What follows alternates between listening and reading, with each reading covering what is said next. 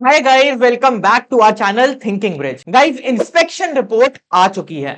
अब आप पूछोगे किस चीज की inspection report sir? Inspection report of BSR and company यानी कि केपीएमजी जो एनएफआरए ने रिलीज करी है। अगर आपको जानना है कि इस रिपोर्ट से हम क्या सीख सकते हैं तो ये वीडियो आप एंड तक जरूर से देखना। सब कुछ सिंपल और इंटरेस्टिंग तरीके से समझेंगे। तो चलिए शुरू करते हैं। एनएफआरए क्या है एंड बीएसआर का इंस्पेक्शन क्यों हुआ?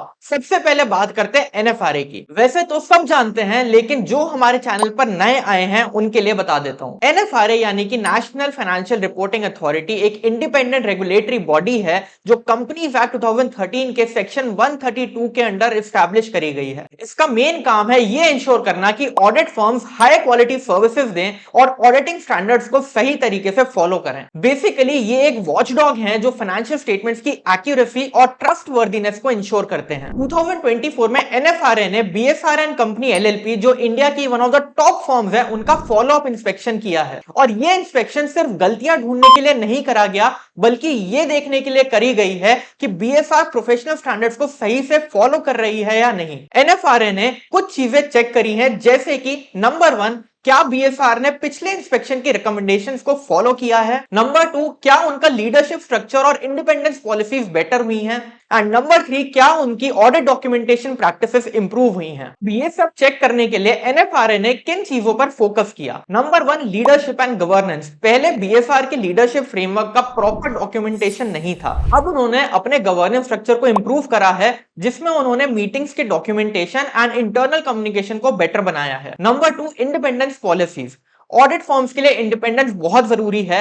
एक ही कंपनी का ऑडिट और कंसल्टिंग एक साथ नहीं हो सकती। याद करिए, section 144 of the companies act imposes restrictions on the services that auditors can provide and management services were an integral part of that. BSR ने अपने ग्लोबल नेटवर्क केपीएमजी इंडिया के साथ मिलकर एनएफआरए रेगुलेटेड क्लाइंट्स के लिए strict no non audit services policy implement करी है। This is by the way actually the big news. And lastly, employees के फाइनेंशियल इंटरेस्ट को चेक करने के लिए भी स्ट्रिक्ट मेजर्स इंप्लीमेंट करे हैं। Number 3, audit documentation.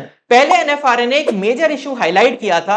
इशू ये था कि बीएसआर अपने इलेक्ट्रॉनिक सिस्टम में लोगों को डॉक्यूमेंट्स मॉडिफाई करने देता था without rechecking, and that too after the lead auditor had already signed off. और ये एक्चुअली में बहुत बड़ा इशू था। अब बीएसआर ने एक extra sign off process implement करा है जो चेंजेस को ट्रैक करने में हेल्प करेगा। और ऑडिट ट्रेल का ऑब्जेक्टिव भी यही है कि हर स्टेज पर जो भी चेंजेस हो रहे हैं वो इजीली आइडेंटिफाई हो सके और किसने करे हैं वो भी पता चल सके। तभी तो लोगों को उनके एक्शंस के लिए अकाउंटेबल होल्ड कर पाएंगे। तो ये सारे इंपॉर्टेंट चेंजेस बीएसआर ने इंप्लीमेंट करे हैं या नहीं, यही चेक करने के लिए एनएफआरए ने फॉलो अप इंस्पेक्शन कंडक्ट करा था। अब बात करते हैं एक ट्रिकी चीज की। इंस्पेक्शन के दौरान एनएफआरए ने एक इशू और आइडेंटिफाई करा। इस केस में एक कंपनी यानी कि कंपनी ए ने नॉन कन्वर्टेबल डिबेंचर्स यानी कि डेट लिया है, और ये डेट प्रमोटर्स के पर्सनल ऑब्लिगेशंस को फंड करने के लिए लिया गया था।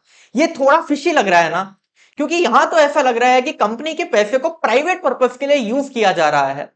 अब एनएफआरए का कहना है कि यहां पर सेक्शन 185 का वायलेशन हो सकता है, that clearly bans any direct and indirect loan to directors. और तो और बीएसआर की ऑडिट फाइल्स में भी ये क्लियर नहीं था कि इन्होंने इस इशू को कैसे वेरीफाई या रिपोर्ट किया। रुको रुको, अभी आर्ग्यूमेंट खत्म नहीं हुआ है। अब इस पर बीएसआर का कहना है कि सारे रिक्वायर्ड डॉक्यूमेंट्स चेक किए गए हैं, शेयर होल्डर अप्रूवल्स भी लिए गए हैं, एंड फाइनेंशियल स्टेटमेंट में प्रॉपर डिस्क्लोजर्स दिए गए हैं। बीएसआर ये भी क्लेम करता है कि सेक्शन 185 अप्लाई नहीं होता, क्योंकि ये कंपलसरी कन्वर्टेबल प्रेफरेंस शेयर्स सीसीपीएस थे, लोन्स नहीं। फिर एनएफआरए ने लास्ट में कहा कि डॉक्यूमेंटेशन और स्ट्रांग होनी चाहिए। तो देख रहे हो ना, है ना ट्रिकी चीज। आखिर में ये क्यों जरूरी है?